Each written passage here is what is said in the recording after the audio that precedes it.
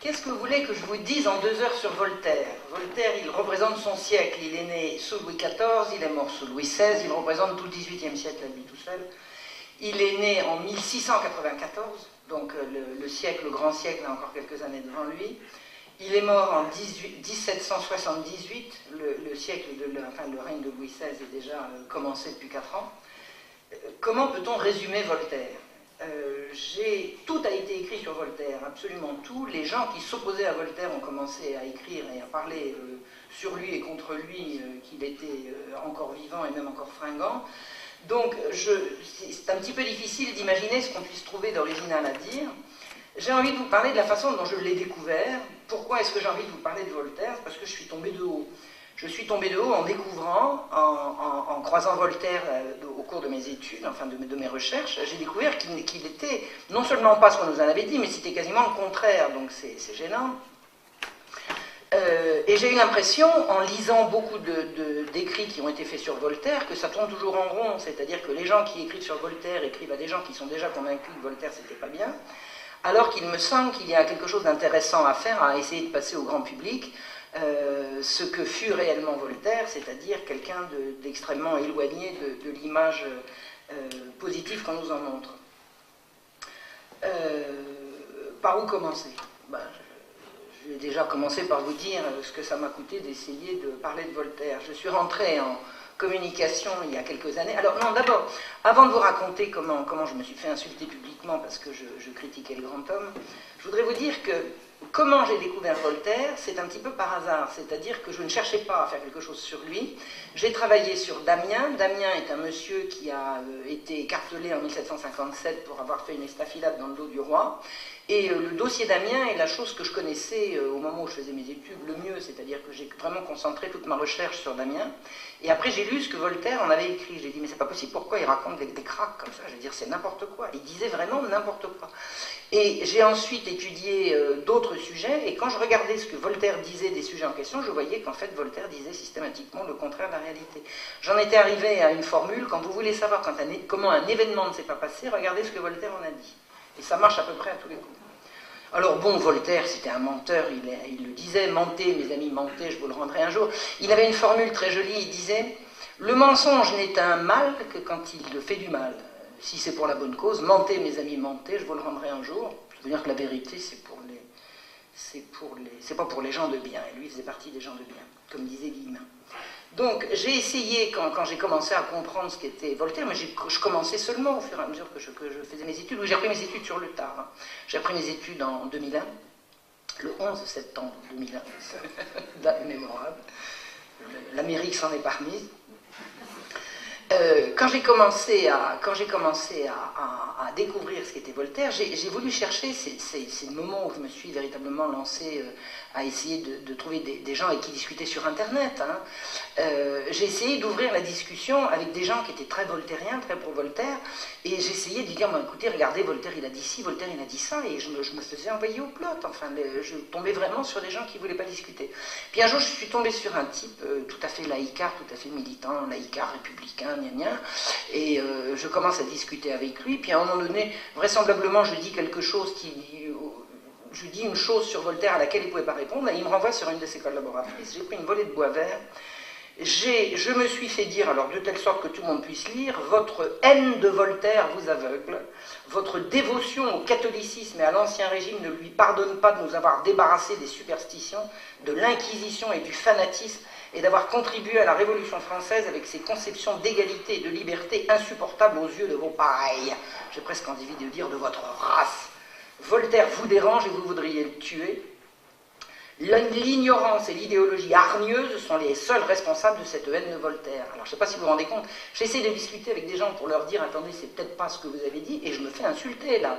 Je me fais juger sur les sentiments qu'on m'attribue. Enfin, je veux dire, c'est grotesque, votre haine vous aveugle. Ma haine, je ne sais pas si vous m'avez regardé, je ne suis pas vraiment une haineuse. Enfin bon, ma haine de Voltaire. En plus de ça, on m'a reproché un jour de haïr Voltaire, je vais vous dire non, franchement, je ne peux pas le haïr parce qu'il me sert trop. J'ai beaucoup de plaisir chaque fois que je le croise. Je me dis, je vais pouvoir en remettre une louche. J'ai pas essayé de me défendre sur ce site internet, parce que quand on me dit que ma haine m'aveugle et que mon ignorance et que mon idéologie hargneuse sont les... Bon, on ne discute pas avec des gens comme ça, c'est une fin de non-recevoir, c'est une fin de non-recevoir, c'est pas comme ça qu'on discute. Mais donc j'ai entretenu la conversation avec quelqu'un d'autre sur le site qui m'a dit « Oui, c'est vrai, vous avez raison sur ci, sur là, mais j'espère au moins que nous sommes d'accord pour reconnaître en Voltaire un défenseur de la liberté de conscience et de la liberté d'expression. » C'est-à-dire qu'une fois qu'on vous avait admis que Voltaire, il n'était pas tout ce qu'on a dit, il faut encore qu'on admette ça. Mais ben non, je suis désolé, non.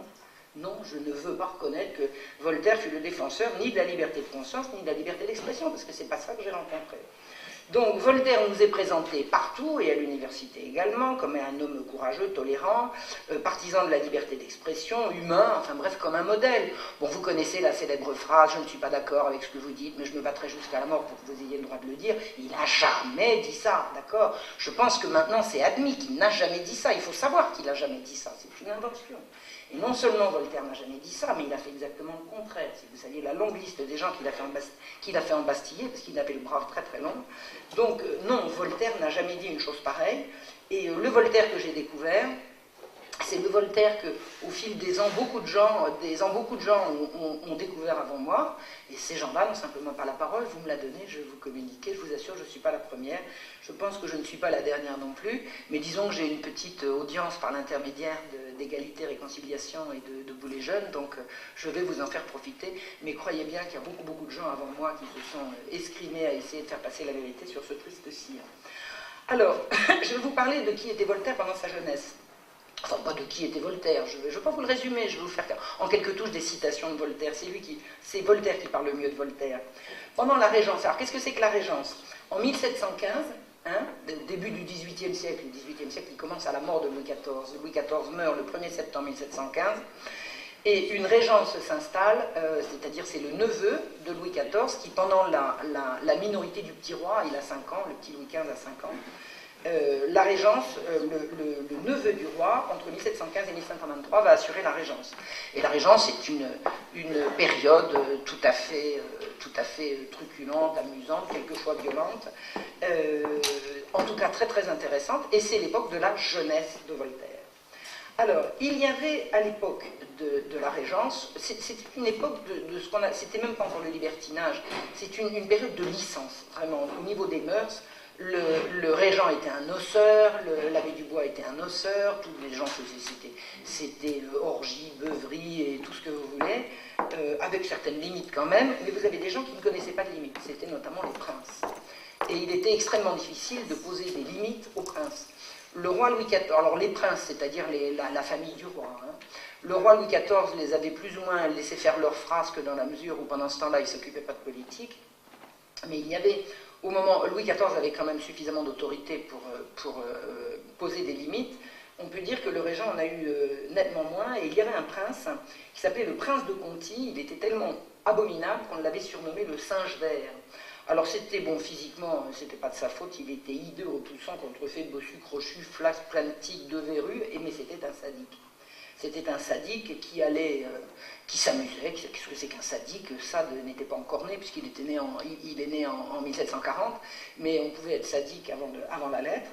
Et le prince de Conti était ce qu'on appelle un sadique, c'est-à-dire un type brutal qui tirait jouissance des atrocités qu'il pouvait commettre. Et notamment la princesse Palatine, qui était la mère du régent, raconte qu'un jour dans un bal, les Parisiens allaient beaucoup au bal, Paris était une ville où les gens allaient au théâtre, ils allaient au bal, ils s'amusaient énormément. Et les princes et la population se coudoyaient pas mal à l'occasion de certains bals. Et on a vu le prince de Conti à un bal s'amuser à prendre une jeune fille de 14 ans qui était avec sa mère. Il s'est assis sur une chaise, il a coincé la jeune fille entre ses jambes serrées et il l'a giflée à tour de bras jusqu'à ce que le sang lui coule du nez et de la bouche. En rigolant. La mère, complètement affolée, essayait de l'arrêter, c'était le prince de Conti. Les gens autour reconnaissant le prince de Conti, personne n'a moufté. Et il n'a lâché la fille qu'au moment où il a pu rigoler, un que je m'y connais a envoyé des chiquenaudes. Ce monsieur était intouchable, c'était le prince de Conti.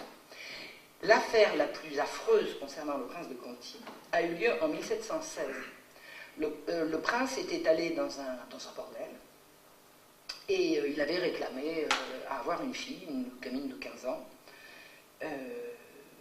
Je crois savoir qu'elle avait 15 ans. Et il a demandé à coucher avec elle. Et la mère Macrel lui a dit, pas elle. Pourquoi? Parce qu'elle, elle est... bon, elle était vérolée, je ne sais pas si elle était vérolée, elle avait attrapé quelque chose, disons qu'elle n'était pas saine. Et le prince a insisté. Il voulait absolument coucher avec elle parce qu'elle lui plaisait. Ce qui devait arriver arriva. Quelque temps après, le prince s'est rendu compte qu'il avait attrapé ce qu'il ne fallait pas. Et il est revenu pour se venger.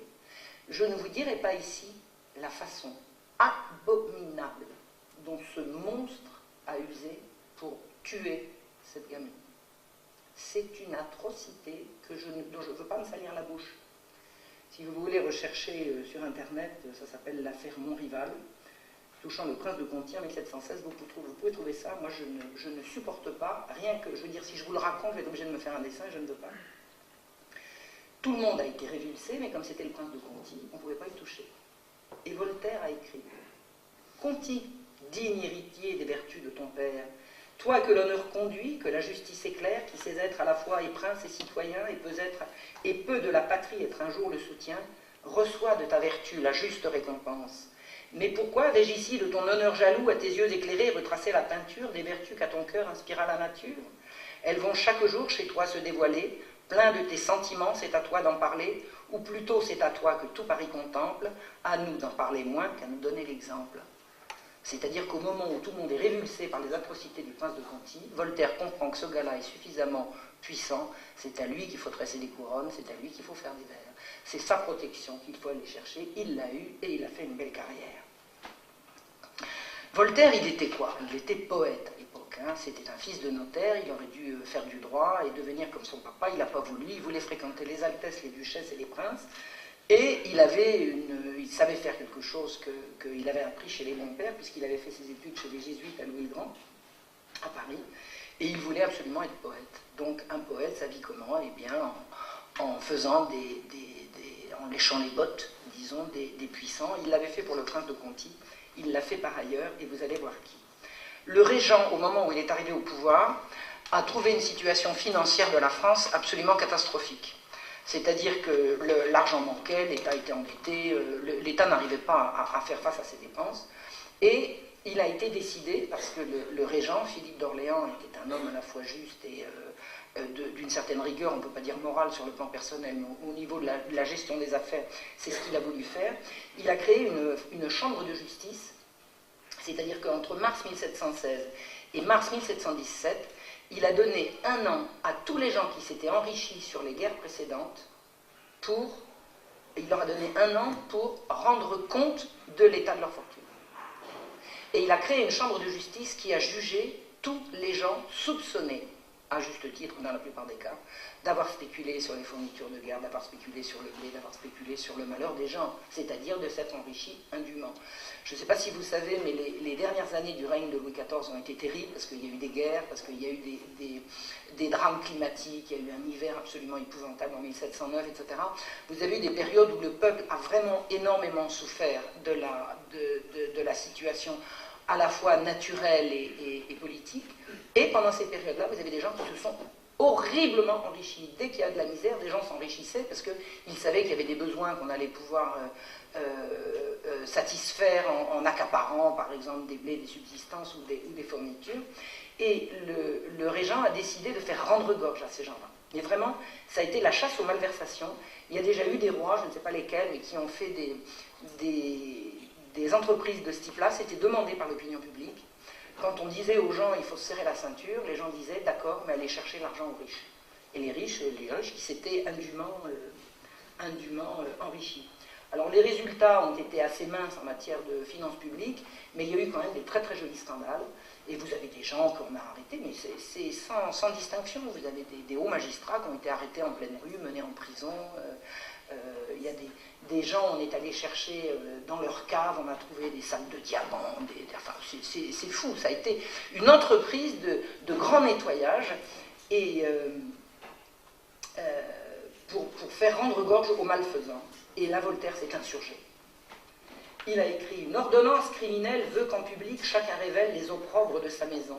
Et pour couronner l'entreprise, on fait d'un pays de franchise une immense et vaste prison. Quel gouffre sous mes pas s'en trouve, quel spectre me glace d'effroi. L'enfer ténébreux se découvre, c'est Tisiphone, je la vois. Tisiphone, c'est une furie, une divinité féminine malfaisante, genre un peu féminin. La terreur, l'envie et la rage guident son funeste passage, des foudres partent de ses yeux, elle tient dans ses mains perfides un tas de glaives homicides dont elle arme des furieux. Les furieux étant les agents du roi qui vont chercher des voleurs. Hein. Vous rendez compte contre quoi ils s'insurgent. Tout cède à l'horrible tempête, s'il tombe une tête coupable, on égorge 1000 innocents. Vous vous rendez compte?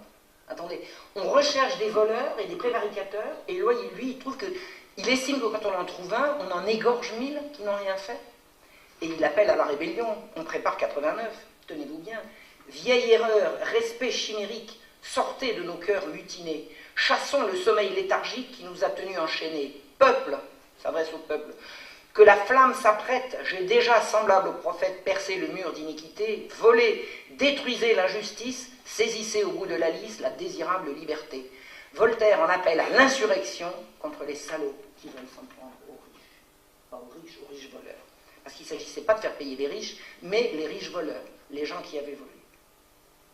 Voilà comment Voltaire a fait. Alors pourquoi est-ce que Voltaire a écrit ça? Pour le compte de qui? Pour le compte des frères Paris, qui étaient des gens qui ont fait une très très belle carrière également dans le siècle, qui étaient à l'origine, comme Voltaire d'ailleurs, des fournisseurs de guerre, qui sont devenus banquiers, et qui ont banqué pour la royauté, qui ont fourni la Pompadour au roi, enfin des gens absolument, qui portent une responsabilité extrêmement grave dans l'endettement tragique du royaume. Ils ont été les banquiers du roi, ils ont été les banquiers de la bourgeoisie, ils étaient les banquiers, pas les banquiers de Voltaire. Voltaire, il avait comme banquier Tronchin, enfin disons qu'ils étaient complices dans toutes les bonnes combines pour s'enrichir indûment sur le pain du peuple et la sueur du peuple. Voilà pour la jeunesse de Voltaire.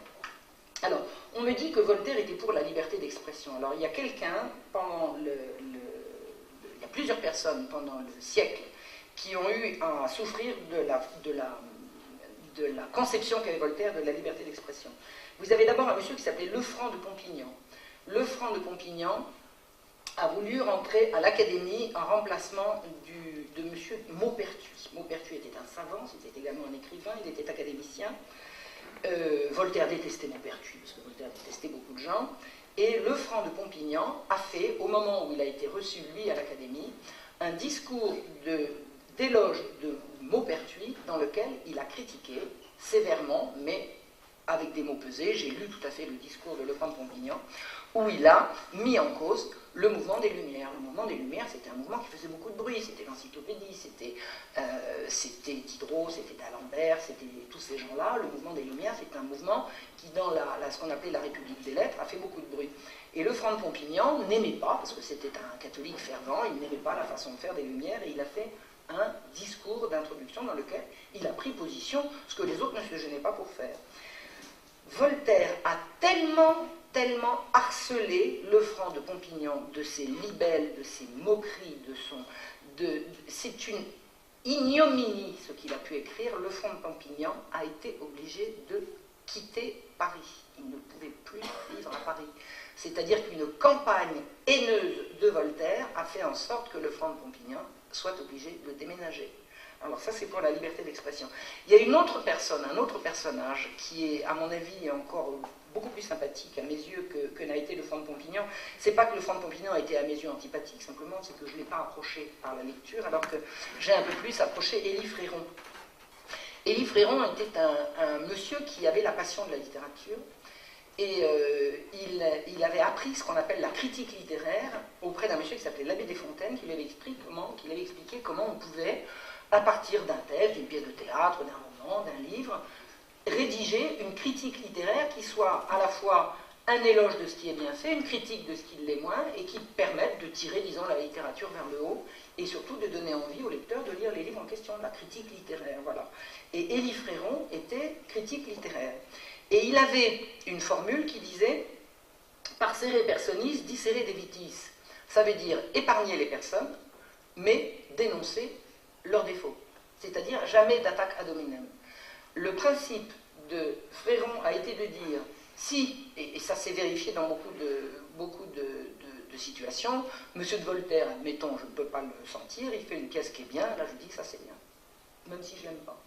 Et Monsieur Tartampion, que j'aime beaucoup, là franchement, son truc, il pourrait s'améliorer, c'est vraiment de la critique littéraire. Épargner les hommes et mentionner leurs défauts. Voltaire n'a jamais supporté qu'on critique ses œuvres. Jamais. C'est-à-dire qu'il a considéré Élie Fréron comme un ennemi personnel. Voltaire ne supportait pas qu'on le critique. Or, Voltaire, je ne sais pas ce que vous en pensez, je ne suis pas moi tellement intéressée au théâtre pour pouvoir en parler, mais j'ai connu une amie qui est réalisatrice de théâtre, elle est dramaturge, elle est à la fois actrice, réalisatrice, auteure. Elle me dit, j'ai essayé de monter du Voltaire, c'est impossible. C'est-à-dire que, et Voltaire a fait tragédie sur tragédie, il a passé toute sa jeunesse à écrire des grands poèmes épiques ou des tragédies. Elle me dit, c'est absolument illisible, c'est injouable, c'est mauvais. Bon. Or, Élie Fréron faisait de la critique, donc quand il disait, ça c'est bien écrit, il disait, ça c'est bien écrit, mais quand ça c'est absolument ni fait ni à faire, il ne se privait pas pour le dire. Il avait un style, j'ai pas mal lu de trucs de Fréron, il avait un style un peu mordant, ironique, mais toujours respectueux. Alors jamais d'injures, mais toujours respectueux, assez malin quand même, hein. C'était pas la blanche colombe, mais toujours dans les règles de la bonne conduite et des bonnes manières. Et ça vraiment, il ne s'en est jamais départi. Voltaire était absolument furieux contre Fréron. Il a écrit un truc, il a dit l'autre jour au fond d'un vallon, un serpent piqua Jean Fréron, parce qu'il fallait dire Jean pour faire la rime, il s'appelait Élie quand même. Que pensez-vous qu'il arriva? Ce fut le serpent qui creva. Bon, c'est totalement gratuit, je veux dire. Bon, alors c'est drôle. Ça, Voltaire savait faire. Faire rire les gens aux dépens des gens. Vous savez comment il a fait partir le franc de Pompignan? En le ridiculisant. C'est-à-dire qu'il a raconté des telles horreurs sur le franc de Pompignan que les gens qui le croisaient riaient. C'est-à-dire qu'il l'a déshonoré par le ridicule. Et Voltaire, quand il écrit ce petit poème sur Élie Fréron, c'est le ridicule qu'il veut obtenir, le serpent qui crève. Et Fréron a été plus malin, parce qu'il connaissait l'origine du poème, il savait que c'était pas de Voltaire, que c'était un plagiat. Donc il a, dans son édition suivante, il a ressorti l'origine. Bon, moi j'ai vu un texte de Voltaire qui disait, quand Fréron est allé toucher l'héritage d'une de ses tantes, le montant de l'héritage était coquet, quand on sait le métier que faisait la tante, elle se prostituait, etc. Mais attendez, tout était bon, tout était bon. C'est rigoureusement gratuit. C'est de la diffamation vis-à-vis de quelqu'un qui est mort, c'est de la diffamation vis-à-vis de Fréron. Puis c'était faux en plus. Tu dis machin a touché un héritage, oh bah évidemment, machine, là, elle a écumé tous les... Non mais attendez, c'est vraiment ignoble, c'est vraiment ignoble. Et Fréron a toujours fait front. Et Fréron écrit, je vais vous le citer, les philosophes, Monsieur de Voltaire à leur tête, crient sans cesse à la persécution, et ce sont eux-mêmes qui m'ont persécuté de toute leur fureur et de toute leur adresse. Je ne vous parle plus des libelles abominables qu'ils ont publiées contre moi, de leur acharnement à décrier ces malheureuses feuilles. Les feuilles, c'est l'année littéraire, hein, c'était son journal. De leurs efforts pour me rendre odieux au gouvernement, de leur satisfaction lorsqu'ils ont pu réussir à me faire interdire mon travail et quelquefois même à me ravir la liberté de ma personne. Ça, c'est vrai. Voltaire a réussi à faire interner Fréron à la Bastille. Alors, les raisons en étaient simples. Vous aviez besoin, pour pouvoir éditer une feuille, d'avoir une autorisation en bonne et due forme. Ça passait par un censeur, enfin je vous raconterai ça dans une minute. Et quelquefois, quand les formes n'étaient pas respectées, vous aviez des tolérances. C'est-à-dire que bon, vous n'aviez pas tout ce qu'il fallait, mais le ministre passait outre, et Voltaire est allé voir la police en disant, lui, là, vous savez, il n'a pas son autorisation, et vous savez, il a donné l'adresse, Voltaire a donné l'adresse aux flics pour expliquer que monsieur machin, il publiait sans autorisation, et que ça méritait la Bastille, et Fréron a été embastillé, alors qu'il avait femme et enfant, et qu'il ne vivait que de ça. La liberté d'expression.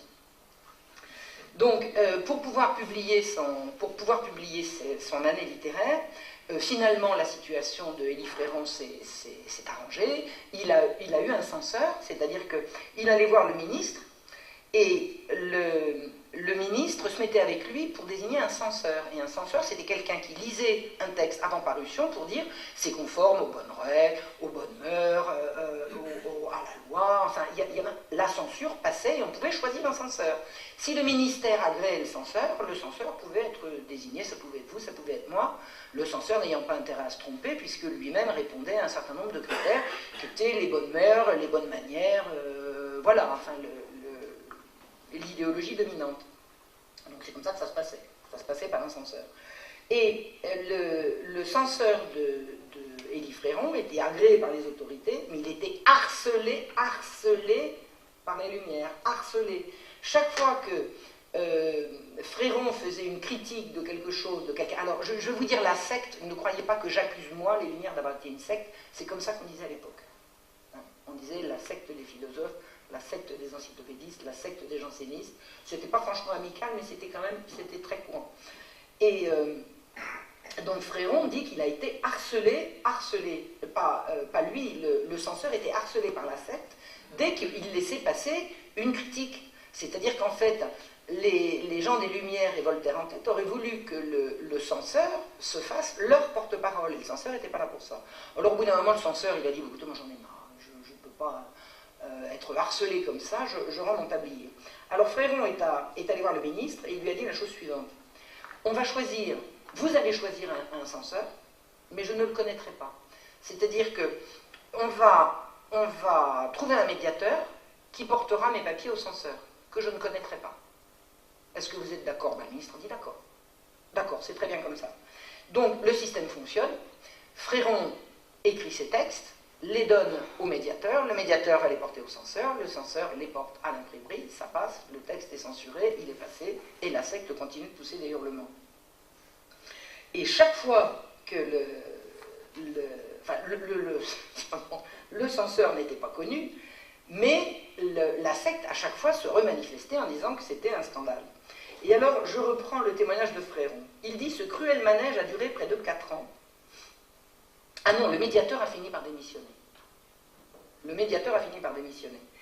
Et chaque fois que le censeur laissait passer quelque chose, c'est le médiateur ce coup-ci qui prenait. Donc il a fini par démissionner. Alors on en a trouvé un autre. Ce cruel manège a duré près de 4 ans. Enfin, j'y soupçonnais quelques mystères. Ah non, attendez, j'oublie un truc. On trouve un nouveau médiateur et brusquement, tous les textes, dès qu'il s'agit des Lumières, ne passent plus.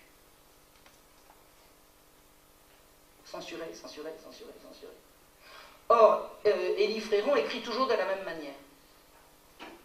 Donc il dit, on a trouvé un médiateur, le médiateur en a marre, on en trouve un autre, et brusquement tout s'arrête, il n'y a plus moyen de publier quoi que ce soit. Et pendant 4 ans, chaque fois que Fréron a écrit des choses qui les plaisaient aux Lumières, son texte était refusé. Ce cruel manège a duré près de 4 ans. J'y soupçonnais quelques mystères. Il ne me paraissait pas naturel qu'il y eût en France un censeur assez déraisonnable pour condamner des critiques quelquefois un peu vives à la vérité, mais toujours renfermées dans les bornes prescrites. C'était ça le principe de la censure. Il y a des bornes. Voilà. On est dans les bornes prescrites. Ça passe, on n'y est pas, ça passe pas. Et encore, ça passe pas, ça peut toujours se corriger. Hein. Un texte qui ne passe pas, il n'est pas envoyé au feu. On peut simplement dire, bon, ben là, vous retirez ça, vous retirez ça. Je confiais ma pensée, toujours Fréron qui passe, je confiais ma pensée au magistrat, sage, honnête, intègre autant qu'éclairé, qui, sous les ordres de monsieur le chancelier, veille aujourd'hui sur le département de la librairie. Il daigna m'écouter avec intérêt et promit de me rendre justice. Je lui laissai tous les articles qu'on avait impitoyablement proscrits. Il les fit passer à mon censeur, accompagné d'une lettre par laquelle il lui demandait pourquoi il ne les avait pas approuvés. Et à votre avis, qu'est-ce qui s'est passé? Le censeur les avait jamais lus. C'est-à-dire que le deuxième médiateur était un homme de la secte, et il avait impitoyablement empêché le censeur d'avoir accès au texte de Fréron. C'est ce qu'on appelle la liberté d'expression et la liberté de conscience, j'imagine. C'était les façons de faire. Alors Fréron termine en disant « Je saisis cette circonstance pour solliciter qu'on me permît de connaître mon approbateur et de lui adresser moi-même mes ouvrages, ce qui me fut accordé. Et l'année littéraire a pu recommencer à critiquer les textes émanant de ces messieurs. » C'est évidemment pas ce qu'on nous dit sur la liberté d'expression et la liberté de conscience. Donc Voltaire a vraiment tout fait pour se débarrasser de Fréron. Fréron n'était pas facile à éliminer parce que d'abord il avait beaucoup de talent, il avait beaucoup de lecteurs, beaucoup de lecteurs, et il avait des protecteurs. Il avait des protecteurs qui disaient, mais attendez, ce monsieur Fréron fait un bon travail, Voltaire est bien excité, mais bon, c'est tout, Fréron restera en place et l'année littéraire a continué de paraître pendant longtemps, mais avec quand même beaucoup de soucis. Par 2 fois au moins, Voltaire a réussi à faire emprisonner Fréron. Emprisonner, c'est embastiller. Alors la Bastille, n'allez pas vous imaginer que c'est une écume basse-fosse, c'était vraiment la prison de luxe. Vraiment être embastillé. Bon, pour un journaliste comme Fréron, évidemment, être embastillé quand on a une femme et des enfants à nourrir et qui n'ont que vous, c'est quand même un drame. Mais bon, on les torturait pas, ils étaient bien nourris. C'était pas le Châtelet. Le Châtelet, c'était une prison affreuse. Mais la Bastille, c'était vraiment un séjour tout à fait... vous n'étiez pas déshonoré d'être passé par la Bastille. Voilà. Maintenant, je vais vous dire ce que Voltaire a écrit dans Candide, qui est quand même son œuvre la plus célèbre. Hein. Candide, c'est paru en 1759. Tout le monde nous ressort Candide, dans lequel on dénonce ceci, on dénonce cela. Et Candide est l'œuvre de Voltaire qui fait connaître Voltaire sur la planète entière. Je veux dire, si dans un pays quelconque on apprend le français et que dans une classe on veut apprendre Voltaire, c'est Candide hein, qu'on apprendra. Voilà ce que j'ai trouvé dans Candide. Quel est, dit Candide, ce gros cochon qui disait tant de mal de la pièce où j'ai tant pleuré et des acteurs qui m'ont fait tant de plaisir? C'est un mal vivant, répondit l'abbé, qui gagne sa vie à dire du mal de toutes les pièces et de tous les livres. Il hait quiconque réussit, comme les eunuques haïssent les jouissants. C'est un de ces serpents de la littérature qui se nourrissent de fange, de venin. C'est un folliculaire. Qu'appelez-vous folliculaire, dit Candide? C'est, dit l'abbé, un faiseur de feuilles, un fréron. C'est-à-dire que la haine de Voltaire est passée à la postérité ad aeternam. Il a fait passer Fréron, et moi jusqu'à ce que je lise Fréron et que je m'intéresse à la vie de ce monsieur, j'ai cru que c'était un odieux, puisque Voltaire en faisait du mal. Fréron était un honnête journaliste qui a été martyrisé jusqu'à la mort. Il en est mort. Hein. Il en est mort à un moment donné. Il y a eu un coup de trop et il a fait une attaque. Bon, il mangeait de trop aussi, mais il a vraiment. Non, mais vraiment, il a eu à un moment donné, il a dit là, je peux plus. Je ne peux plus. Je ne peux plus. Il y a eu des pièces de théâtre faites contre lui, il y a eu des cabales faites contre lui. Un jour, la femme de Fréron, à une pièce de théâtre, s'est évanouie. Tellement il racontait d'horreur, il sifflait et tout. Simplement parce qu'il passait, ça a été une tyrannie. Je ne vois pas comment on peut prétendre que ce monsieur a défendu quelque liberté d'expression de qui que ce soit. Ça n'est pas le cas. Ça n'est pas le cas. Maintenant, je vais vous parler de Voltaire, le travail et l'argent, parce que là, il y a des choses quand même très intéressantes. Ça, c'est dans la vie de Voltaire. Alors, il y a plusieurs choses sur Voltaire. Il y a plusieurs sources. Elles sont multiples, il y a des dizaines de milliers de pages. Mais il y a sur Voltaire deux sources.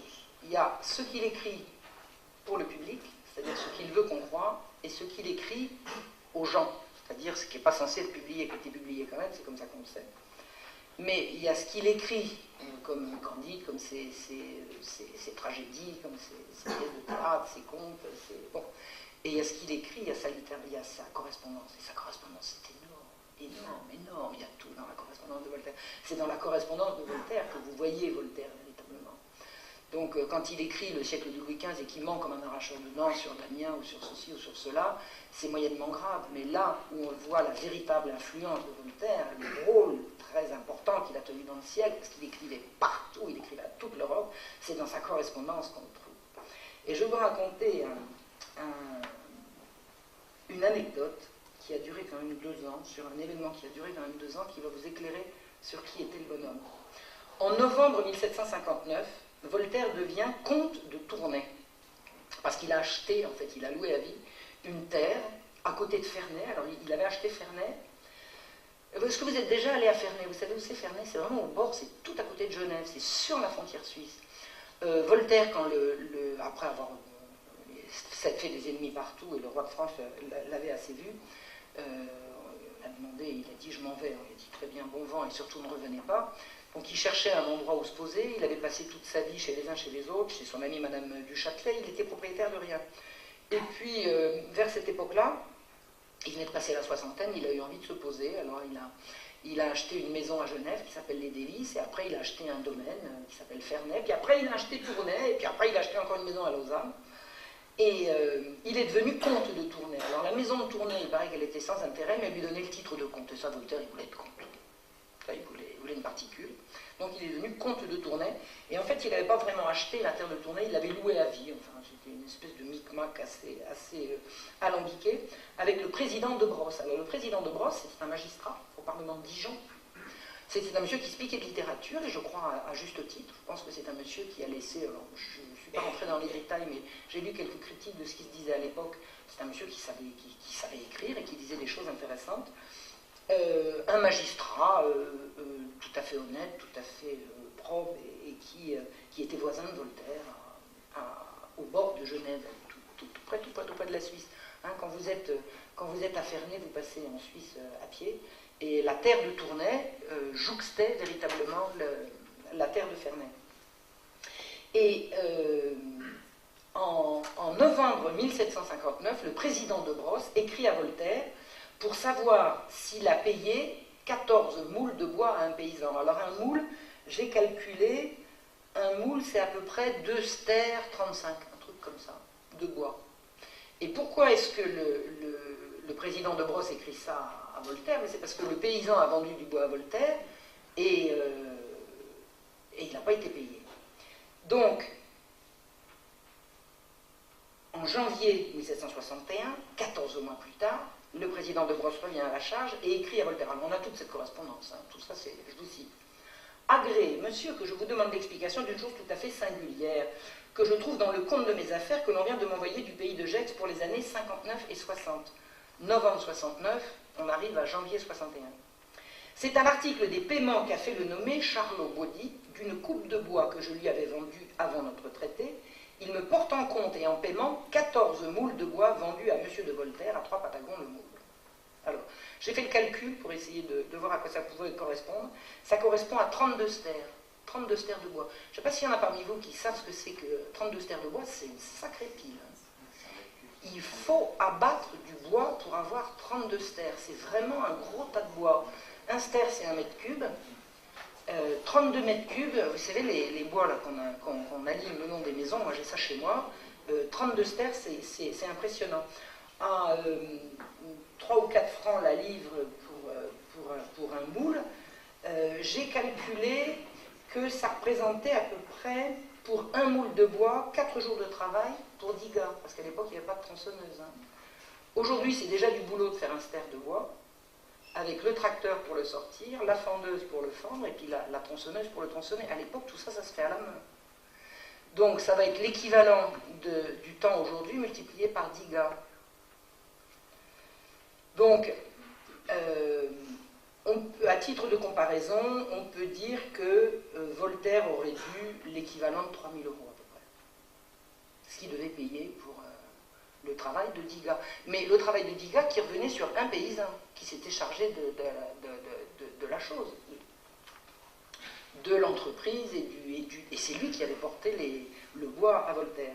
Alors, le président de Brosse reprend. Il dit, comme il pourrait paraître fort extraordinaire que je payasse le bois de la fourniture de votre maison. Bon, par quel titre, on est d'accord. Baudy ajoute pour explication qu'ayant été vous le demander le paiement de sa livraison, vous l'avez refusé en affirmant que je vous avais fait don de ce bois. Je vous en demande excuse si je vous répète un tel propos. Je suis fort éloigné de croire que vous l'ayez tenu, et je n'y ajoute pas la moindre foi. Je ne prends ceci que pour le discours d'un homme rustique qui ne sait pas que l'on envoie bien à son ami ou voisin un panier de pêche ou une demi-douzaine de gélinottes, mais que si on s'avisait de la galanterie de 14 moules de bois ou de 6 chars de foin, il le prendrait pour une absurdité contraire aux bienséances et il le trouverait fort mauvais. Quel titre est-ce que M. de Brosse va envoyer 32 stères de bois à M. de Voltaire? Je pense qu'il a raison. Le fait dont je me souviens très nettement est que, me parlant en conversation de la rareté du bois dans le pays et de la peine que vous aviez à en avoir pour votre ménage, j'eus l'honneur de vous répondre que vous en trouveriez aisément sur place, vers Charlot, qui vendait actuellement ceux qu'il avait eus de ma coupe, et que si vous vouliez, je lui dirais de vous en fournir. À quoi vous répliquâtes que je vous ferais grand plaisir. Quelque temps après, nous rencontrâmes cet homme, donc il fait vraiment référence à des choses qui se sont passées ensemble. Hein, il lui rappelle vraiment ce qu'ils ont vécu ensemble. Quelque temps après, nous rencontrâmes cet homme à qui je dis de vous mener le bois de chauffage dont vous aviez besoin. Vous lui ajoutâtes même de vous emmener 2 ou 3 voitures dès le lendemain parce que vous en manquiez.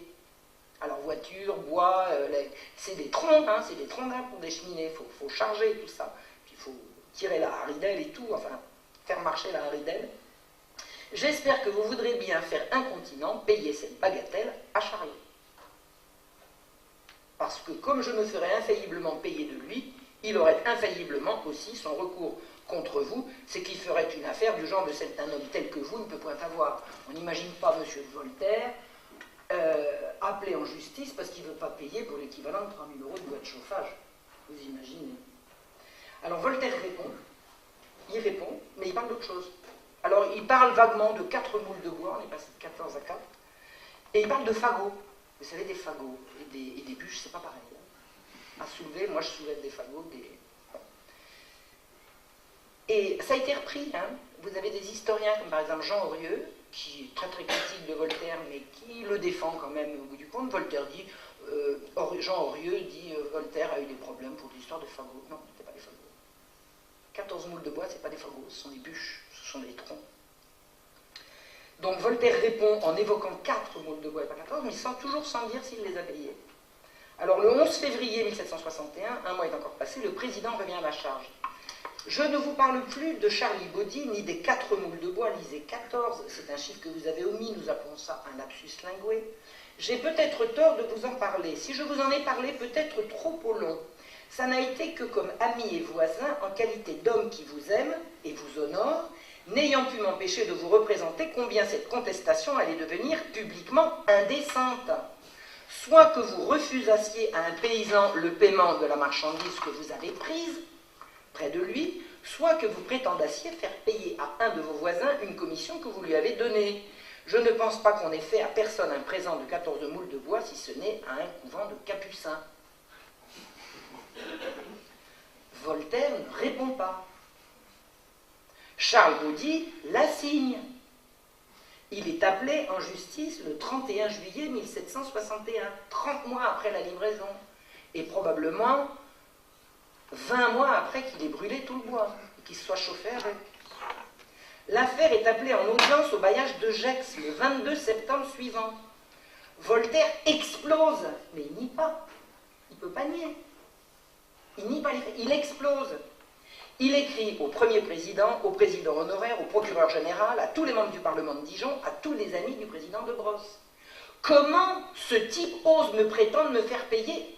Il envoie des libelles ignominieux à tous les collègues et les confrères du président de Brosse. Il menace d'en appeler au chancelier, au ministre, à tout Paris. Il veut appeler la Pompadour, Choiseul, qu'il faut. Et il écrit, mais ça on le sait, il écrit, je cite, j'ouvre les guillemets là, qu'il tremble. Il ne s'agit pas de le rendre ridicule, il s'agit de le déshonorer. Il paiera cher la bassesse d'un procédé si coupable et si lâche. Le président garde son calme. Et il continue d'écrire. On a tout ça c'est... Je vous aurais à coup sûr donné comme présent quelques voies de bois de chauffage, si vous me les aviez demandées comme telles. Mais j'aurais cru vous insulter par une offre de cette espèce. Mais enfin, puisque vous ne le dédaignez pas, je vous le donne. Et j'en tiendrai compte à Baudy, si vous m'envoyez la reconnaissance suivante. Je sous-signais François-Marie Arouette de Voltaire, chevalier, seigneur de Ferney, gentilhomme ordinaire de la Chambre du Roi, reconnais que M. de Brosse, président du Parlement, m'a fait présent de 14, voix de bois et pas 4, de moules de bois pour mon chauffage. Monsieur le Premier Président, Monsieur de Ruffet et nos autres amis communs ne peuvent s'empêcher de lever les épaules en voyant un homme si riche et si illustre se tourmenter à un tel excès pour ne pas payer à un paysan 280 livres pour du bois de chauffage qu'il a fourni. Un ami du président et de Voltaire, le conseiller Ruffet, écrit à Voltaire « Quoi? Quelques onces d'un métal que vous possédez abondamment, demandez peut-être mal à propos, parce qu'il faut s'excuser de ne pas leur demander dans rien, pourrait-elle altérer votre philosophie? Ah oui, parce que c'est un philosophe, Voltaire. Donc un philosophe, c'est sage par définition. L'enchanteur qui écrit notre vie apprendra-t-il à la postérité que vous avez plaidé pour des moules de bois? C'est l'intérêt sincère que je prends à votre gloire et à votre repos qui me fait vous tenir ce langage dicté par l'amitié. Il ne veut toujours pas payer. Il ne veut pas payer. Il est sûr qu'on veut le permettre. Il est sûr que ça coûte moins cher. C'est pas combien. Il ne veut pas payer. Le président refuse de plier et dit non, c'est trop fort. Alors, tenez pour certain sur mon honneur, écrit-il, qu'il ne s'agit d'autre fait que de 14 voies de bois que mon homme lui a livrées et qu'il ne veut pas payer. Il ne s'agit de rien d'autre. Je lui aurais donné sans hésiter s'il me les eût demandés comme présent. Mais on n'imagine pas une chose si basse. Il a dit d'abord que ce n'était pas une commission, mais un présent. Il me l'a ensuite demandé à genoux, je vous montrerai sa lettre, c'est pitoyable. Là-dessus, on dit c'est un homme dangereux. Et à cause de cela, il faudrait donc le laisser être méchant impunément. Ce sont au contraire ces sortes de gens-là qu'il faut châtier. Je ne le crains pas. Monsieur le président de Brosse ne craint pas Voltaire, eh bien il avait tort. Voltaire n'a jamais voulu payer, mais il a accepté, pour que la plainte soit retirée, d'envoyer l'argent au curé pour les pauvres. Et c'est le président de Brosse qui a payé les 14 voix de bois. Voltaire s'est répandu en insultes, en calomnies et en libelles auprès de tous les amis du président, c'est-à-dire auprès de tous les gens de Rome, c'est-à-dire les magistrats de Dijon et ailleurs. Et quand le président de Brosse s'est présenté à l'Académie, Voltaire a dit « c'est lui ou moi. Ce monsieur n'entrera pas à l'Académie. » Et il n'y est jamais entré. Voltaire était donc le plus fort. Et l'affront qu'on lui avait fait était simplement de présenter la facture d'un bien qu'il avait consommé. Le 12 janvier 1761, c'est-à-dire précisément à cette période-là, Voltaire a écrit à Jean-Robert Tranchin, qui était son banquier à Lyon. Alors, je vous signale qu'un auteur qui s'appelle Michel Cuny, dont j'ai déjà parlé lors d'une dernière conférence, je n'ai pas apporté son livre pour le montrer, je vous donnerai les références quand ce sera sur le net, c'est un livre à lire, M. Michel Cuny a écrit « Voltaire, l'or au prix du sang ». Michel Cuny a converti en années de travail les sommes qui sont en cause dès qu'il s'agit de Voltaire. Tant d'années de travail. D'un tâcheron, hein, pas d'années de travail d'un ouvrier incorporé. Disons un tâcheron, tant d'années de travail d'un tâcheron pour chaque somme. Alors, Voltaire écrit « Je suis né assez pauvre. J'ai fait toute ma vie un métier de gueux, celui de barbouilleur de papier, celui de Jean-Jacques Rousseau. Et cependant me voilà avec 2 châteaux, 2 jolies maisons, 70 000 livres de rente. » Alors je reviens à Michel Cuny, ça fait 350 années de travail d'un tâcheron qui touchait tous les ans.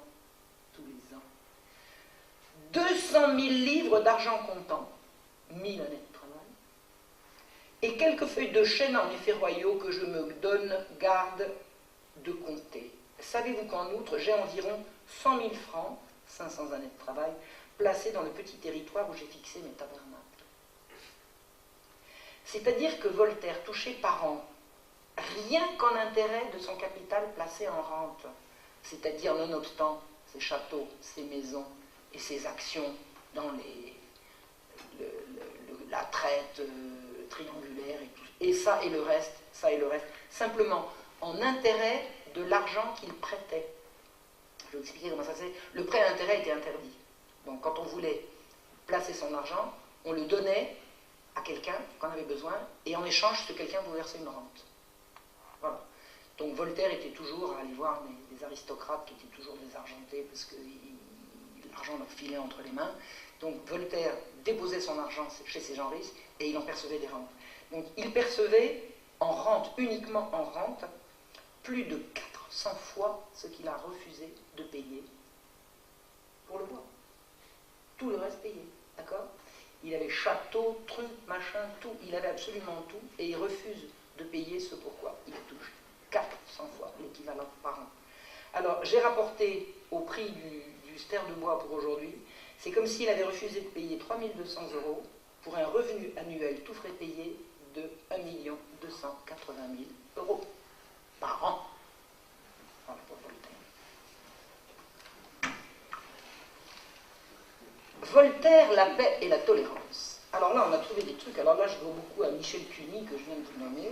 Alors, il n'est pas le seul, mais lui, il a fait un tel travail de compilation que maintenant, ça va devenir une référence. J'envoie un petit coucou à ce monsieur. Je ne l'ai pas rencontré, mais je trouve qu'il a fait un travail tellement extraordinaire que je ne peux pas m'empêcher de le saluer. Voltaire, la guerre, la paix et la tolérance, vous allez voir. La guerre de 7 ans, vous avez certainement entendu parler de la guerre de 7 ans, est un conflit qui a été catastrophique pour la France sur le plan militaire. C'est l'équivalent de la Première Guerre mondiale, sauf que, parce que c'est une guerre qui s'est faite également en Amérique et puis en Inde et tout, ça a été un conflit énorme. qui a été catastrophique pour la France, à la fois sur le plan militaire, parce que la France a subi des défaites sanglantes, sur le plan financier, la dette est devenue abyssale.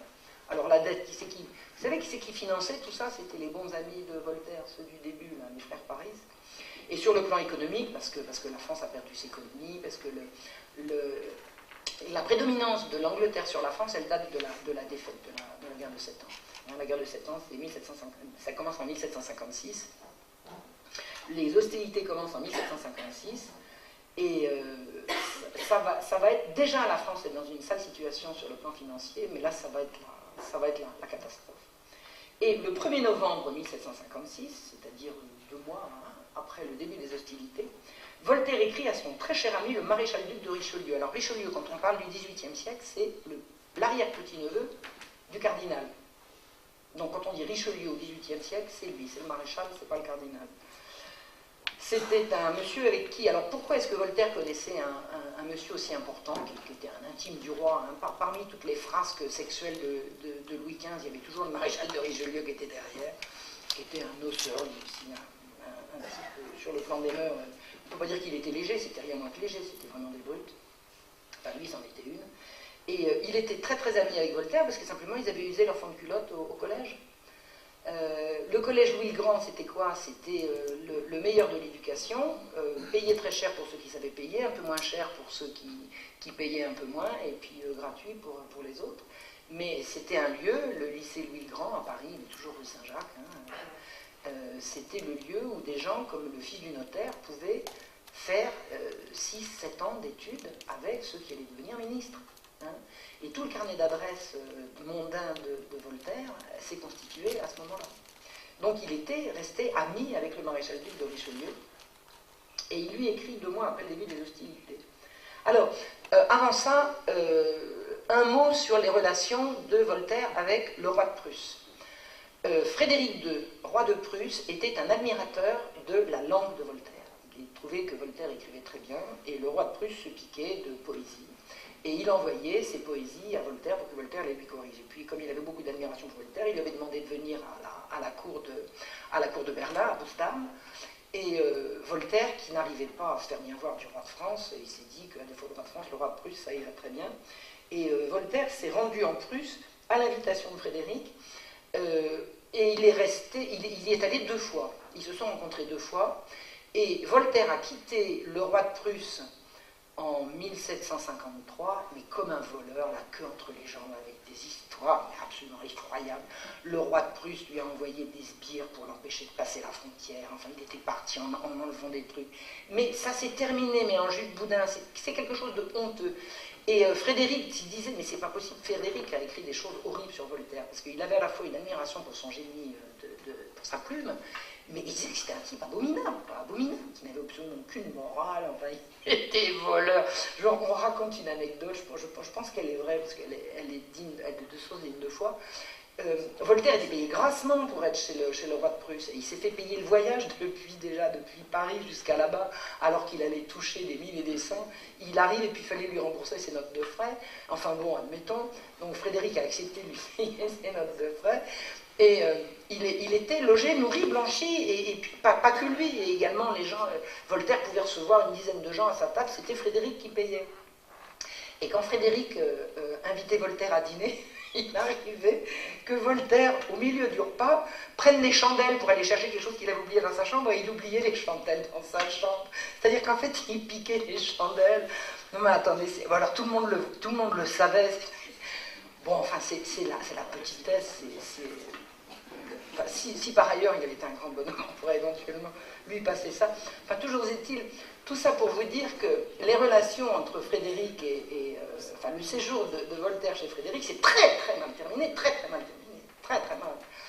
Frédéric l'a fait retenir à Francfort, enfin bon, il y a eu joie de fête, c'est fou quoi, c'est fou. Et alors, 1er novembre 1756, Voltaire écrit à son bon ami le maréchal de Richelieu. On prétend que le roi de Prusse mêle actuellement les piques de la phalange macédonienne à sa cavalerie. Alors on parle de la guerre, là. Je ne suis pas du métier, mais je crois qu'il y a une arme une machine bien plus sûre et bien plus redoutable. Elle faisait autrefois gagner sûrement des batailles. Alors, ce qu'il faut savoir, c'est que Voltaire était très, très, très lettré. Hein. Il avait fait du latin, il avait fait du grec, il lisait les auteurs anciens. Il a certainement trouvé ça dans des textes anciens. Il a trouvé qu'il y avait une machine extraordinaire dans les anciens champs de bataille. Alors, elle faisait autrefois gagner sûrement des batailles. J'ai dit mon secret à un officier, ne croyant pas lui dire une chose importante, et n'imaginant pas qu'il pût sortir de ma tête un avis dont on put faire usage dans ce beau métier de détruire l'espèce humaine. Ça s'appelle de l'ironie, hein, on est bien d'accord. On va pas dire qu'il trouve que de détruire l'espèce humaine, c'est un beau métier. On va dire qu'il fait de l'ironie, mais admettons. Il a pris la chose sérieusement. Il m'a demandé un modèle. Alors, on a une idée de machine, hein, on en parle à un officier, l'officier demande un modèle, alors on fait le modèle, et il l'a porté à M. d'Argenson. M. d'Argenson, il a été également avec lui sur les bancs d'école, en même temps que Richelieu, et d'Argenson, il est ministre. Donc on porte le modèle à M. d'Argenson, on l'exécute après temps petit, on fait un modèle réduit, ce sera un fort joli engin, on le montrera au roi. Et si cela réussit, il y aura de quoi étouffer de rire que ce soit moi qui sois l'auteur de cette machine destructive.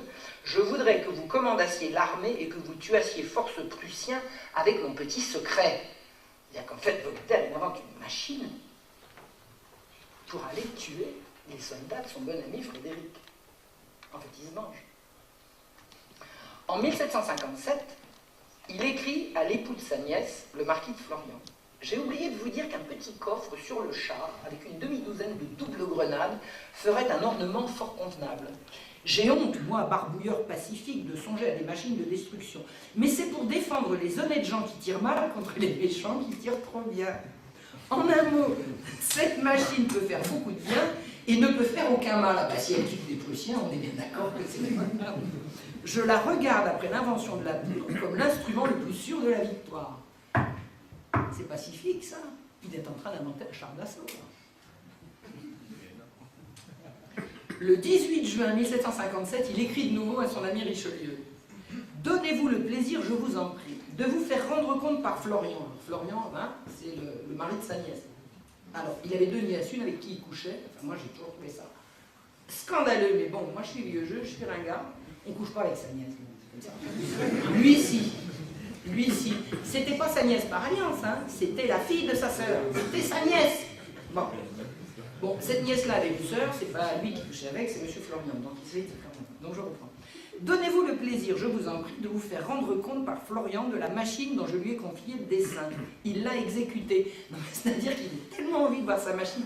Il suit la fabrication de la machine en petit, puis il relance Richelieu. Richelieu, c'était un militaire, hein, il avait des commandements, c'était un personnage très important dans l'armée, hein, c'était pas un sous-fifre. Alors, il l'a exécuté, il est convaincu qu'avec 600 hommes et 600 chevaux, on détruirait en pleine une armée de 10 000 hommes. Ah ben, détruire 10 000 hommes, vous vous rendez compte? J'en ai parlé à un excellent officier qui se meurt, et qui ne sera pas par conséquent à portée d'en faire usage. Il ne doute pas du succès. Il dit qu'il n'y a que 50 canons tirés bien juste qui puissent empêcher l'effet de ma petite drôlerie. Et que l'on n'a pas toujours 50 canons à la fois sous la main dans une bataille. Enfin, j'ai dans la tête que 100 000 Romains et 100 000 Prussiens ne résisteraient pas. Le malheur est que ma machine n'est bonne que pour la campagne et que le secret connu devient inutile. Mais quel plaisir de renverser à coup sûr ce qu'on rencontre dans une campagne. Essayez pour voir seulement 2 de ces machines contre un bataillon ou un escadron. J'engage ma vie qu'ils ne tiendront pas. Vous avez dit ça, qui fabriquait des machines de guerre et qui essayait à tout prix de la vendre pour aller tuer 10 000 Prussiens.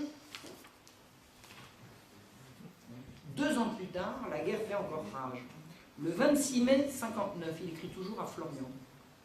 Je suis aussi fâché que vous, pour le moins, qu'on n'ait pas osé adopter mes chars, crainte du ridicule. Évidemment, avec un truc qui devait dater de l'Antiquité, tout le monde a dû se foutre de lui. Mais attendez, à la fois il est ridicule, mais il est sanguinaire. Ou alors j'ai pas compris. Le ridicule pourtant n'est pas si à craindre que les Prussiens. Et je suis toujours convaincu, quoique je ne sois pas du métier, que ce serait la seule manière de les vaincre en pleine campagne. En 1766, la France a perdu la guerre depuis 3 ans. Voltaire n'a pas vendu sa machine.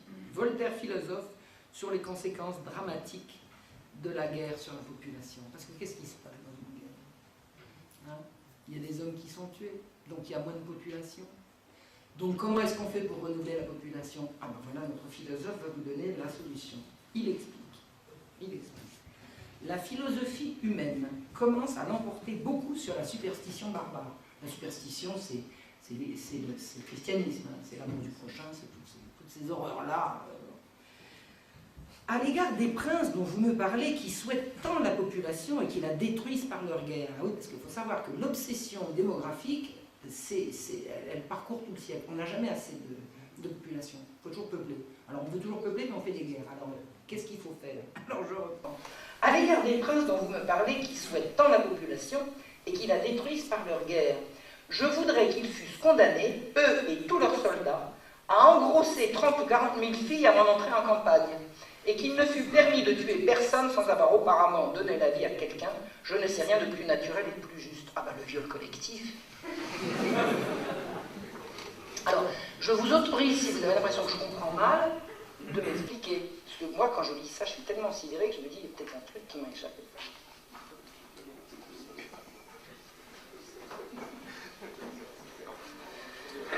Qu'est-ce qui se passe à cette époque-là? La Pologne catholique, amie de la France, est prise en tenaille entre Frédéric, la Prusse, d'accord, protestant, et Catherine, la grande Catherine de Russie, grande admiratrice de Voltaire, et la Turquie, au sud, soutient la Pologne. C'est encore une guerre qui se prépare. Voltaire touchait à toutes les guerres, il était fournisseur de guerre, il touchait les 1000 et des 100. Je n'entrerai pas dans le détail, il faudra lire Michel Cuny. Je ne m'attache pas à ça. Toutes les guerres, Voltaire touchait. Il est sûr que son char d'assaut, s'il l'avait fait, qu'est-ce qu'il aurait touché? Enfin, il n'a pas touché là-dessus, mais il touchait sur le foin, sur les godasses, surtout sur les vêtements, sur tout. Du fournisseur de guerre avec ses bons amis. Donc chaque fois qu'il y avait une guerre, il frétillait, parce qu'il y avait de l'argent à gagner. Donc la situation est la suivante. Vous avez la Pologne catholique, amie de la France, soutenue par la Turquie, qui est prise en tenaille entre la Russie orthodoxe, ça c'est pour vous situer, hein, parce que je sais bien qu'on s'en fiche dans les guerres, quelle que soit la religion, mais vous allez comprendre. Et la Prusse protestante, d'accord? Enfin, protestante, vous savez, Frédéric, il était comme Voltaire, il voulait écraser l'infâme. Hein. Il estimait que la religion, c'était bon pour la canaille et que les gens de bien n'avaient pas à s'abaisser à ça. Or, Catherine, la grande Catherine de Russie, elle avait 30 000 hommes sur le territoire polonais. Alors, qu'est-ce qu'elle va faire? Elle va les ramener chez elle? Eh ben non. Elle va s'en servir pour défendre en Pologne le droit des minorités opprimées que sont les orthodoxes. Et puis Frédéric, de l'autre côté, il va défendre le droit des minorités opprimées que sont les protestants. D'accord? C'est-à-dire que qu'est-ce qu'elle va faire avec ces 30 000 soldats? Eh ben elle va imposer la tolérance religieuse. Vous suivez? Non, pas encore. Alors je vais vous lire ce qu'écrit Voltaire. Vos soins généreux pour établir la liberté de conscience en Pologne sont un bienfait que le genre humain doit célébrer, et j'ambitionne bien d'oser parler au nom du genre humain si ma voix peut encore se faire entendre. C'est-à-dire que l'invasion de la Pologne qui se prépare, c'est pour sauver la liberté religieuse et la tolérance. Il écrit à Frédéric le 5 janvier 1767 « Votre Majesté rendra un service éternel au genre humain en détruisant cette infâme superstition, le catholicisme, la religion, le christianisme. Je ne dis pas chez la canaille, qui n'est pas digne d'être éclairée, et chez laquelle tous les jours sont propres. Je dis chez les honnêtes gens, chez les hommes qui pensent, chez ceux qui veulent penser. Le nombre en est très grand, c'est à vous de nourrir leur âme, c'est à vous de donner du pain blanc aux enfants de la maison et de laisser le pain noir aux chiens. Les chiens, c'est le peuple.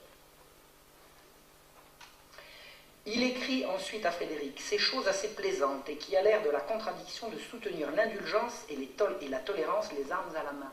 Parce que c'est bien ça dont il s'agit. C'est la tolérance qu'on va défendre, les armes à la main. Mais aussi l'intolérance est si odieuse qu'elle mérite qu'on lui donne sur les oreilles. Si la superstition a fait si longtemps la guerre, pourquoi ne ferait-on pas la guerre à la superstition? C'est-à-dire que quand la Russie et la Prusse vont dépecer la Pologne, c'est pas la Pologne qui vont dépecer, c'est la superstition et l'intolérance. Vous avez compris? Ça ne vous rappelle pas quelque chose, les droits de l'homme, machin? On ne va pas dépecer la Pologne, mais la superstition. Voltaire s'étrangle d'admiration pour Catherine, la grande Catherine. Et il écrit à d'Alembert « L'exemple que donne l'impératrice de Russie est unique dans le monde. elle a envoyé 40 000 Russes prêcher la tolérance, la baïonnette au bout du fusil. Vous m'avouerez qu'il était bien plaisant que les évêques polonais accordassent des privilèges à 300 synagogues et ne voulussent pas s'offrir les églises grecques. Ça veut dire quoi? Ça veut dire que ces salauds polonais, ils ont des juifs chez eux qui laissent pratiquer le judaïsme et ils ne veulent pas les Russes, c'est-à-dire les orthodoxes. L'antisémitisme de Voltaire est insondable. Et il ajoute, il écrit à la marquise du Défend le 18 mai 1767 à propos de réputation. Il y a une femme qui s'en fait une bien grande, c'est la Sémiramis du Nova, qui fait marcher 50 000 hommes en Pologne pour établir la tolérance et la liberté de conscience. C'est une chose unique dans l'histoire de ce monde, et je vous réponds que cela ira loin. Je me vante à vous d'être un peu dans ses bonnes grâces. Je suis son chevalier envers et contre tout. La correspondance de Voltaire et de Catherine est énorme. Alors, je ne sais pas si on peut assurer que Catherine a été influencée par Voltaire. En tout cas, lui, il a tout fait pour. Je ne sais pas si ça a été suivi des faits. Si elle le flattait, je ne sais pas. Je n'ai pas les éléments pour en juger. Parce qu'il me semble que l'impératrice de Russie devait avoir les moyens de prendre ses décisions politiques et militaires sans en référer à la petite crevette, j'ai dit crevette parce qu'il était squelettique, enfin sans en référer à Voltaire. Mais le fait est que leur correspondance est extrêmement fournie. Ça n'a pas arrêté. Donc lui, il se flatte d'être un peu dans ses bonnes grâces. La marquise du Défend dit à propos de Catherine, « Voltaire me fait horreur avec sa Catherine. Le beau sujet de baginage que l'assassinat d'un mari et l'usurpation de son trône. » Parce que Catherine, elle a quand même assassiné son mari pour prendre sa couronne. Mais Voltaire, il dit, « Ça, c'est privé, ça. » Puis ça se répare par une grande politique. Et Madame du Défend, elle dit, « Comment répare-t-on un meurtre? Est-ce en retenant des poètes à gages, en payant des historiens mercenaires et en soudoyant des philosophes ridicules à 1000 lieues de son pays? » Elle avait du mordant, Madame du Défend. Hein. C'était pas une idiote. Et dit, ce sont ces âmes viles qui chantent un Auguste et se taisent sur ses proscriptions. L'ambition fait commettre des crimes et l'avarice les canonise. Pour Voltaire. Maintenant, vous pensez sans doute, comme moi, enfin, j'imagine que Catherine avait des visées expansionnistes sur la malheureuse Pologne, qu'elle ne voulait pas que rétablir la liberté de conscience et la... Pas du tout, pas du tout, pas du tout. On calomnie, dit Voltaire, l'impératrice de Russie quand on dit qu'elle favorise les dissidents de Pologne que pour se mettre en possession de quelques provinces de cette république. Elle m'a juré qu'elle ne voulait pas un pouce de tête et que tout ce qu'elle fait n'est que pour avoir la gloire d'établir la tolérance. Mais attendez, il le sait, c'est pas un niais, il sait très bien, je veux dire, il se fout du monde, quoi. C'est pervers son truc. C'est totalement pervers, il a un cynisme sidérant, quoi. Et alors, il y a sa Sémiramis du Nord, hein, de la quoi, Sémiramis de... Enfin, je ne connais pas la géographie de la Russie, enfin bref, il y a sa Sémiramis qui lutte contre la tolérance en Pologne, mais il écrit à d'Alembert, pour que vous situez d'Alembert, hein, c'est le rédacteur de l'encyclopédie avec Diderot. Voltaire aimait beaucoup d'Alembert, et réciproquement, ils ont été beaucoup en correspondance. Donc, Voltaire écrit à d'Alembert sur la façon de faire à Paris, hein, parce que lui, il n'a pas 30 000 hommes à envoyer en Pologne. Mon cher philosophe, rendez tous ces pédants-là aussi énormément ridicules que vous le pouvez dans vos conversations avec les honnêtes gens. Alors je traduis, ces pédants-là, c'est les catholiques, c'est les croyants, et les honnêtes gens, c'est la secte, d'accord? Donc, cela est impossible à Paris par la voie de la typographie. Ben oui, il y a une censure à Paris. Donc on ne peut pas tout dire par écrit. Donc allez-y par votre mordant. Avec un bon mot, non, mais un bon mot vaut bien un beau livre. Foudroyez-moi ces marauds-là, je vous en prie. Répandez sur eux le sel dont il a plu à Dieu de favoriser votre conversation. Faites qu'on les montre au doigt quand ils passeront dans la rue et quand vous les aurez bien écorchés, bien salés, marchez-leur sur le ventre en passant, cela est fort amusant. C'est pas beau l'humanisme de Voltaire? Pourquoi on ne montre pas ça aux gosses dans les écoles quand on leur fait étudier Voltaire? Non, mais ça vaut... Non. Alors, le fantasme de Voltaire, dès qu'il sent que Catherine va rentrer en guerre contre la Turquie, c'est de dire, oh, bah alors attendez, là, c'est formidable, on va détrôner les Turcs. On va chasser les Turcs. On va chasser les Turcs. Les Turcs, ils occupent la Grèce, on va rendre la Grèce aux Grecs, et puis Constantinople, attendez, c'était une capitale chrétienne. Alors chrétienne, ils s'en foutent, mais pour lui, Constantinople, simplement le fait que ce sont les musulmans qui sont installés à Constantinople, il faut rendre Constantinople aux Grecs, hein, à à la chrétienté, dont il n'a que faire par ailleurs, vous êtes bien d'accord. Bref, il a trouvé une héroïne qui va battre les Turcs. Alors, il écrit, en 1768, juste avant que la guerre éclate, parlant des Turcs, ces barbares méritent d'être punis par une héroïne du peu d'attention qu'ils ont eu jusqu'ici pour les dames, parce que Voltaire est féministe. Il est clair que des gens qui négligent tous les beaux-arts et qui enferment les femmes méritent d'être exterminés. J'espère tout de votre génie et de votre destinée. Mustapha ne doit pas tenir contre Catherine. Extermination des Turcs. La guerre éclate. Voltaire. Je n'aime pas l'esclavage, il s'en faut beaucoup. Oh ben non, quand même. Mais je ne serais pas fâché de voir des mains turques un peu enchaînées, cultivées aux vastes plaines de Kazan et manœuvrer sur le lac Ladoga. C'est-à-dire que ceux qu'on n'aura pas exterminés, qu'est-ce qui serait bien comme esclaves quand même. Et alors là, il s'emballe. Catherine commence à remporter quelques victoires. Ce n'est pas assez de faire une guerre heureuse contre ces barbares pour la terminer par une paix telle qu'elle. Quoi, elle a gagné, elle s'apprête à faire la paix. Oh, ben non, elle ne va pas faire ça quand même. Ce n'est pas assez de les humilier, il faut les détruire. Vous me croyez, j'espère. Un homme à idée neuve me disait, alors là vous allez rire, un homme à idée neuve, alors on est en 69, c'était quand son histoire de char d'assaut, là? Bon, ça devait être 6-7 ans avant. Donc un homme à idée neuve me disait, il y a quelques jours, qu'on pourrait aisément, dans les vastes plaines où vos troupes vont marcher, se servir avec succès des anciens chariots de guerre en les rectifiant. Et il revient avec sa machine. Il n'a pas réussi à la vendre au roi de France, il va la vendre à l'impératrice de Russie. Alors, il ment comme d'habitude, parce qu'un homme nouveau, il fait comme si c'était quelqu'un qui venait de lui en parler, mais il ment, c'est pas possible. Il imaginait des chars à 2 timons bordés à leur extrémité d'un large chanfrein qui couvrirait le poitrail des chevaux. Chaque char très léger serait conduit par 2 fusiliers postés derrière le char sur une soupente. Le diable, si je vois à quoi ça ressemble. Ces chars précéderaient la cavalerie. Ce spectacle étonnerait les Turcs, et tout ce qui étonne subjugue. Ce qui ne vaudrait rien dans un pays entrecoupé ou montagneux pourrait être merveilleux en plaine. Alors les plaines en Russie, c'est pas ça qui ment. Au moins pour une campagne. L'essai coûterait fort peu de choses. Il pourrait beaucoup servir sans nuire. Sans nuire. Une arme qui ne nuit pas. Voilà ce que me disait mon songe creux, et je le répète à l'héroïne de notre siècle, elle en jugera d'un coup d'œil, elle pourra en rire, mais elle pardonnera aux ailes. Ça veut dire que si vous vous fichez de moi, Majesté, reconnaissez quand même que j'essaie de tout faire pour vous. 17... Il n'a pas réussi à vendre ça. Je ne sais pas si les gens rigolaient, parce qu'en fait il était terrifiant, quoi. Je ne sais pas si on pouvait rire de ça. Je sais que les gens qui le détestaient le haïssaient vraiment, quoi. Mais pour tout un tas de raisons que vous comprenez au fur et à mesure, mais il y a quand même tellement d'ironie en même temps là-dedans, c'est pervers. Hein. Alors, il écrit le 17 octobre 1769, « Je renais », alors il écrit à Catherine, « Je renais, je rajeunis, ma législatrice est victorieuse », parce que pour une femme de guerre, c'est une législatrice, elle a rétabli la tolérance, les armes à la main, et elle a fait marcher tout le monde droit. Celle qui établit la tolérance et qui fait fleurir les arts a puni les ennemis des arts. Elle est victorieuse, elle jouit de toute sa gloire. Elle vient de gagner une bataille. Allons donc, héritier de César, chef du Saint-Empire romain, avocat de l'Église latine, allons donc, voilà une belle occasion, poussez en Bosnie, en Serbie, en Bulgarie, allons Vénitiens, équipez vos vaisseaux, secondez l'héroïne de l'Europe. Vous savez ce que c'est ça? Je répète, hein, je répète.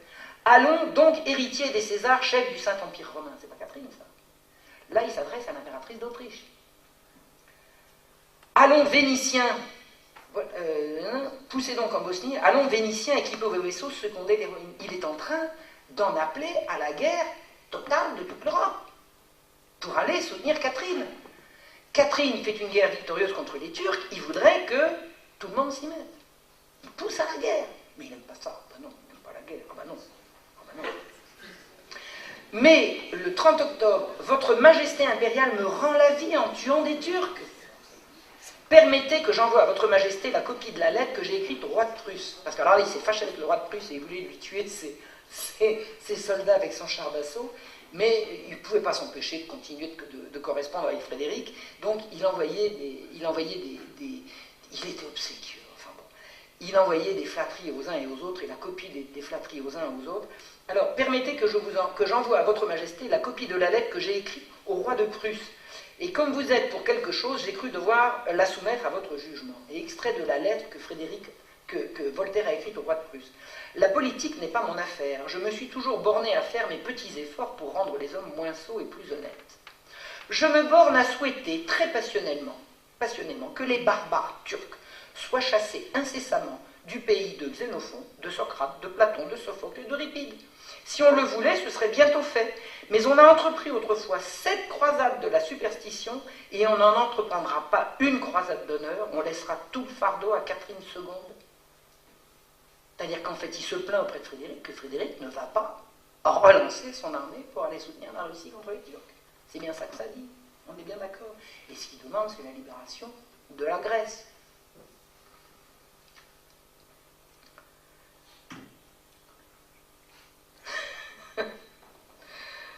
« 10 avril 1770. Je m'imagine très sérieusement que la grande armée de votre Majesté impériale sera dans les plaines d'Andrinople au mois de juin. Je vous supplie de me pardonner si j'ose insister encore sur les chars de Timoris. » Mais en plus de ça, on rigole parce qu'on a raison de rigoler, mais il essayait de vendre une arme abominable, quoi. Enfin, qui voulait abominable, sinon c'était sans intérêt. Ceux qu'on met à vos pieds sont d'une fabrique toute différente de ceux de l'Antiquité, parce que comme il avait copié ça dans les livres antiques, on dit, on ne va pas sortir des trucs de l'Antiquité. Il dit, non, mais attendez. Il dit, ceux qu'on met à vos pieds sont d'une fabrique toute différente de ceux de l'Antiquité. Je ne suis point du métier des homicides, mais hier, 2 excellents meurtriers allemands m'assurèrent que l'effet de ces chars serait immanquable dans une première bataille et qu'il serait impossible à un bataillon ou à un escadron de résister à l'impétuosité et à la nouveauté d'une telle attaque. Catherine continue d'avancer et elle demande la paix. Pourquoi donc faire la paix quand on peut pousser si loin ses conquêtes? Votre Majesté me dira que je ne pense pas assez en philosophe et que la paix est le plus grand des biens. Personne n'est plus convaincu que moi de cette vérité. Mais permettez-moi de désirer très fortement que cette paix soit signée de votre main dans Constantinople. C'est-à-dire, je suis un homme de paix. Je crois que quand vous les aurez tous exterminés jusqu'au dernier, et que vous occuperez enfin Constantinople, à la place des Turcs, on pourra faire la paix. C'est beau, hein, c'est beau. On ne le croirait pas. 11 août 1770. Nous sommes actuellement dans la plus belle saison du monde. Voilà un temps charmant pour battre les Turcs. Et c'est reparti. Est-ce que ces barbares attaqueront toujours comme des hussards? Ne se présenteront-ils jamais bien serrés pour être enfilés par quelques-uns de mes chars babyloniques? Je voudrais avoir du moins contribué à vous tuer quelques Turcs. On dit que pour un chrétien, c'est une œuvre fort agréable à Dieu. Le voilà chrétien. Cela ne va pas avec mes maximes de tolérance. Mais les hommes sont pétris de contradictions. Et d'ailleurs, votre Majesté me tourne la tête. Comme c'est joli. Encore une fois, madame, quelques nouvelles par charité, des 5 ou 6 villes prises, des 5 ou 6 combats gagnés, ne serait-ce que pour faire taire l'Empire. 5 ou 6 villes prises. Vous savez ce que c'est qu'une prise de ville en guerre? Au duc de Richelieu, 15 août 1770. Il ne m'appartient pas de parler des tracasseries de la France, je m'intéressais fort à celle des Turcs, c'est-à-dire que je souhaitais passionnément qu'on les chassât de l'Europe. J'entends dire que ces circoncis ont repris le Péloponnèse. En ce cas, je me raccommoderai avec eux, car j'ai établi des débris de Genève, une petite société qui est forte en relation avec Constantinople. Est-ce que tout le monde a compris? Hein, ça veut dire que si jamais le vent tourne, on peut ouvrir un petit comptoir pseudo-genevois à Constantinople. C'est au même qu'il écrit, hein, c'est Richelieu qui voulait vendre ces trucs. C'est-à-dire qu'en fait, mon ami n'était absolument pas dupe, il était d'un cynisme achevé. 12 septembre 1770. Mon armée ira tout droit au ciel, puisque c'est une œuvre méritoire. Non, c'est Catherine, pardon. C'est Catherine qui écrit à Voltaire. Mon armée ira tout droit au ciel, puisque c'est œuvre méritoire pour des chrétiens que de tuer des Turcs. Alors là, vraiment, la religion chrétienne, hein, à leur sauce, c'est quand même quelque chose. Les musulmans disent que les 2 dernières batailles leur coûtent près de 40 000 hommes. On rigole pas, hein. Cela fait horreur, j'en conviens. Mais quand il s'agit des coups, mieux vaut battre que d'être battu. n'est-ce pas? Je n'oserais après cela vous demander, monsieur, si vous êtes content, parce que quelque amitié que vous ayez pour moi, je suis persuadé que vous ne sauriez voir le malheur de tant d'hommes sans en sentir de la peine. Hein? Et il répond, est-ce bien vrai? Suis-je assez heureux pour qu'on n'ait pas trompé? 15 000 Turcs tués ou faits prisonniers près du Danube, et cela dans le même temps que les troupes de votre majesté impériale entrent dans Pérékop. Cette nouvelle me vient de Vienne, puis-je y compter? Mon bonheur est-il certain?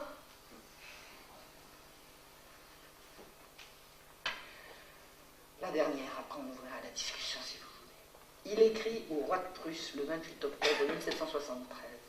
Quand je vous suppliais d'être le restaurateur des beaux-arts de la Grèce, parce qu'il s'agissait de chasser les Turcs de Grèce, entre autres, Constantinople aussi, mais en l'occurrence de la Grèce où on parlait grec, ma prière n'allait pas jusqu'à vous conjurer de rétablir la démocratie athénienne. Je n'aime point le gouvernement de la canaille.